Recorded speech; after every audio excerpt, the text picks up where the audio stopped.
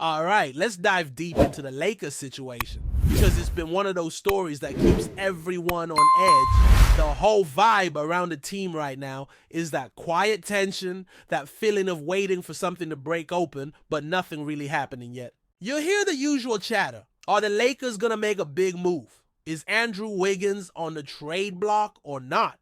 What's the status with Bradley Beal or any other potential pieces? But despite all the noise, nothing concrete seems to be moving, and it feels like we're stuck in a holding pattern. Now, this kind of silence isn't necessarily bad news for Los Angeles. If you look back at their history, it often means something's cooking behind the scenes. The Lakers have this pattern where they lay low and then suddenly out of nowhere they pull off a trade that shakes things up. Remember when the reports said the Lakers would just roll with their current roster, only for them to surprise everyone with the Dorian Finney-Smith acquisition the very next day, or the stunning Luka Doncic trade. It's almost a trademark move, the quiet before the storm.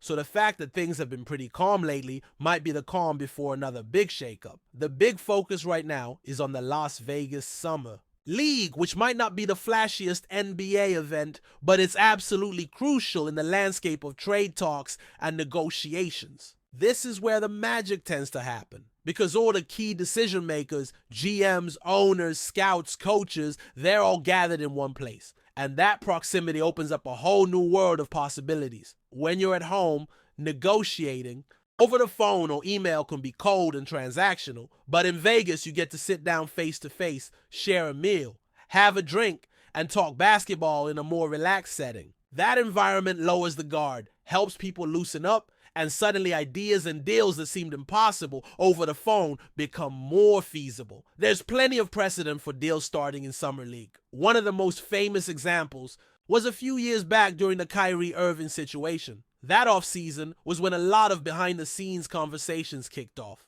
Dinner meetings, informal chats, those kinds of low-key talks that laid the groundwork for bigger moves. The Westbrook trade also has roots in Summer League connections. It's where the relationships that lead to big trades often begin.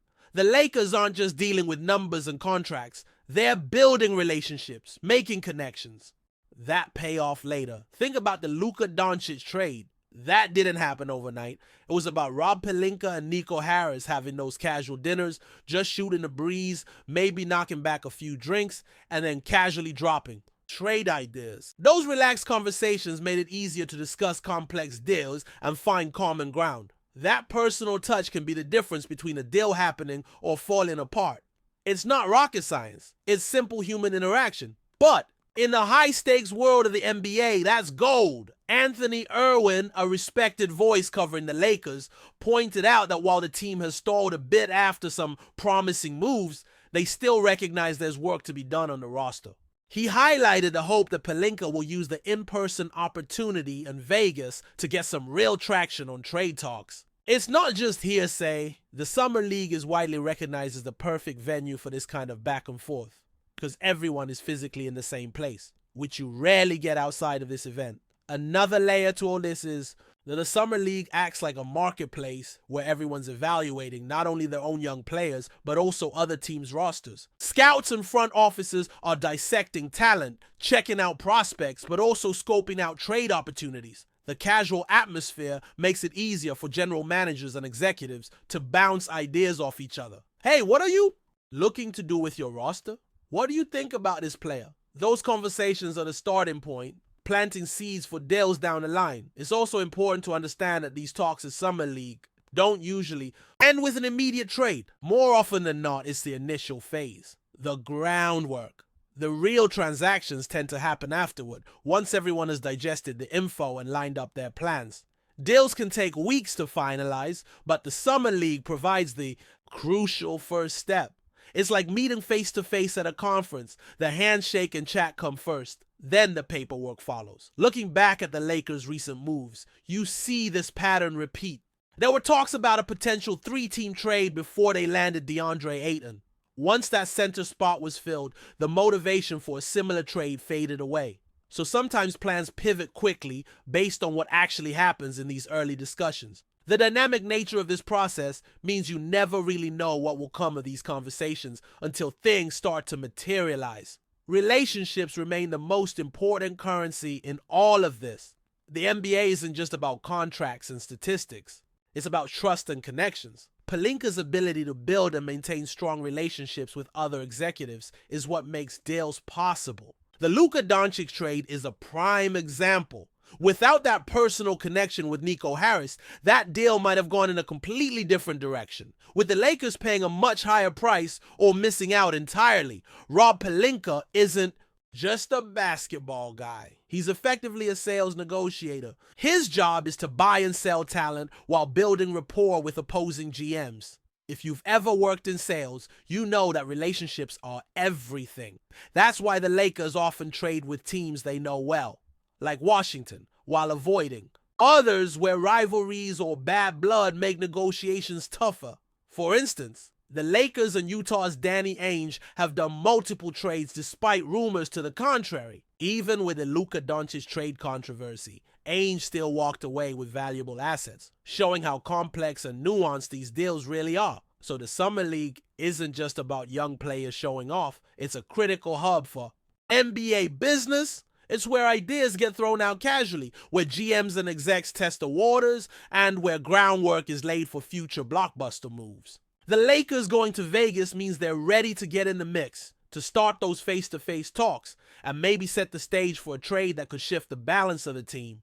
I wouldn't expect a massive trade to drop right in the middle of Summer League, but don't be surprised if shortly after the event wraps, the Lakers suddenly make a move. Those days after Summer League tend to be very active because the conversations that started there need to be finalized and executed. You'll probably hear rumors and reports of the Lakers engaging in talks for various players because everyone's looking to improve and recalibrate ahead of the season. At the end of the day, this is business as usual in the NBA.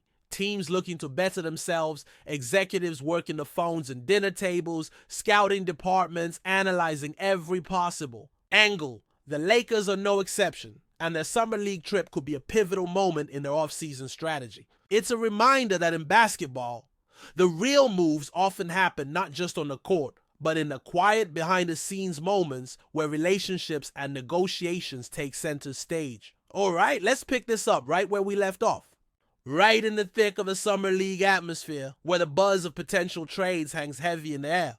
Even though the Lakers haven't made any massive splash yet, there's this undercurrent of anticipation, like everyone around the organization knows something is building. The tension isn't the panicked kind. It's more like when a storm's about to hit and everything gets eerily calm. That's where we are with the Lakers right now. No major trades, no blockbuster moves. But something's coming, and it feels inevitable. The Lakers front office, led by Rob Pelinka, is no stranger to high-pressure off-seasons. They've built a reputation over the years for playing the long game, letting the market settle, watching what other teams are doing, waiting for the right moment to strike. It's not about chasing headlines for them, not anymore.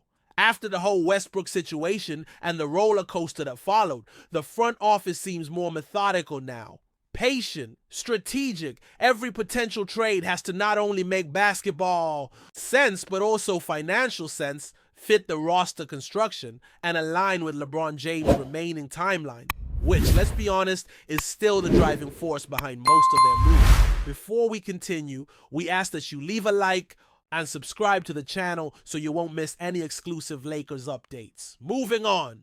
In a move that's already sending shockwaves through the NBA rumor mill, whispers have emerged suggesting that Ivica Zubac, the towering center of the Los Angeles Clippers, has accepted a proposal from none other than their city rivals, the Los Angeles Lakers. While nothing has been confirmed by either franchise or the players' camp, insiders close to the situation claim the Croatian big man is seriously entertaining the idea of returning to the team that originally drafted him. The speculation has ignited intrigue across the league, not just for its potential impact on both LA teams, but also for the poetic narrative it would create. Zubac, who began his NBA career with the Lakers in 2016 before being traded to the Clippers in 2019, could now be making a dramatic return, possibly seeking unfinished business in the purple and gold.